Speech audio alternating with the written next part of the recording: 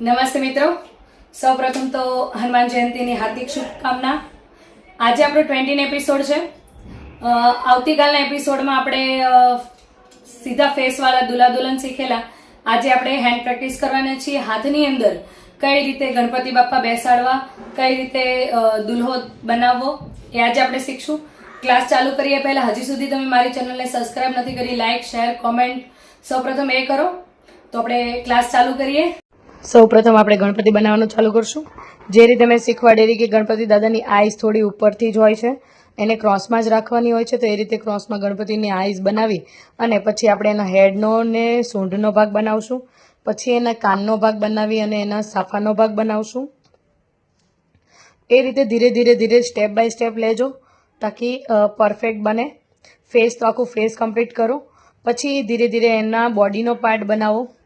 પછી એમના પેટનો પાર્ટ બનાવી દો, જેનાથી તમને એના હાથ અને બાકીના લેગ બનાવવાની ખબર પડશે. જોઈ શકો છો તમે. આ રીતના આપણે હાથ અને પગ બનાવી દીધા છે. બરાબર છે. આશીર્વાદવાળો હાથ, લાડવાવાળો હાથ. પછી એમને દુપટ્ટાનો પાર્ટ જે છે, મેઇન શેપ છે, બધા મેઇન શેપ આપી દઉં છું, તમે જોઈ શકો છો, જેનાથી તમે ઇઝીલી બનાવી શકો છો. પછી નીચે મેં તમને શીખવાડ્યું છે કે ગમે ત્યારે એક મોટો બેલ્ટ પછી એક નાનો બેલ્ટ નાખવો, જેનાથી ફિનિશિંગ ખૂબ જ સરસ આવે છે. આપણો બેઝિક બેલ્ટ જ છે, મેં કોઈ હાર્ડ બેલ્ટ નથી નાખ્યો, જે તમે આરામથી બનાવી શકો છો. બરાબર છે. ખાસ કરીને 3 લાઇનિંગ કરવાની ટેવ રાખજો, જેનાથી બહુ જ સારો એવો લુક આવશે. હવે એક મોટો બેલ્ટ નાખશું. બરાબર છે. એમાં આપણે હવનકુંડ બેસાડશું. ઓકે. જે હવનકુંડમાં મતલબ કે બહુ મોટો હવનકુંડ પણ ના સારો લાગે, એટલે આપણે એને કેવું કરશું કે પાર્ટની અંદર બેસાડશું. બેલ્ટની અંદર પાર્ટ બનાવીને એની અંદર બેસાડશું. તો તમે જોઈ શકો છો કે કઈ રીતે હવનકુંડ બનાવીએ છીએ. બસ આ રીતે હવનકુંડ બનાવી અને પછી એમને શેડિંગવાળો અગ્નિનો પાર્ટ આપી દીધો છે. પછી દુલ્હો બનાવતી વખતે ખાસ યાદ રાખવાનું, સેન્ટરનું માપ લેવાનું છે. પછી એમનો હેડનો ભાગ, નોઝ, લિપ્સ, આઈઝ, પછી એના પાઘડીનો પાર્ટ, આ રીતે કરીને ફેસનો પૂરો પાર્ટ આપી દેજો. આ દુલ્હો હું દાઢીવાળો બનાવીશ. આખો હાથ ફિનિશ કરીને હું તમને લાસ્ટમાં બતાવીશ. તો તમે જોઈ શકો છો આ રીતે આપણે મેઇન શેપ આપીએ છીએ.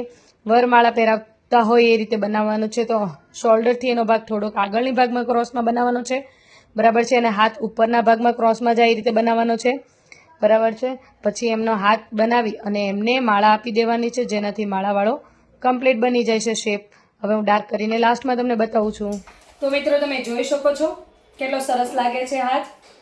ગણપતિ દાદા પણ આપણે બનાવ્યા છે, હવનકુંડ બનાવ્યો છે, દુલ્હો પણ બનાવ્યો છે.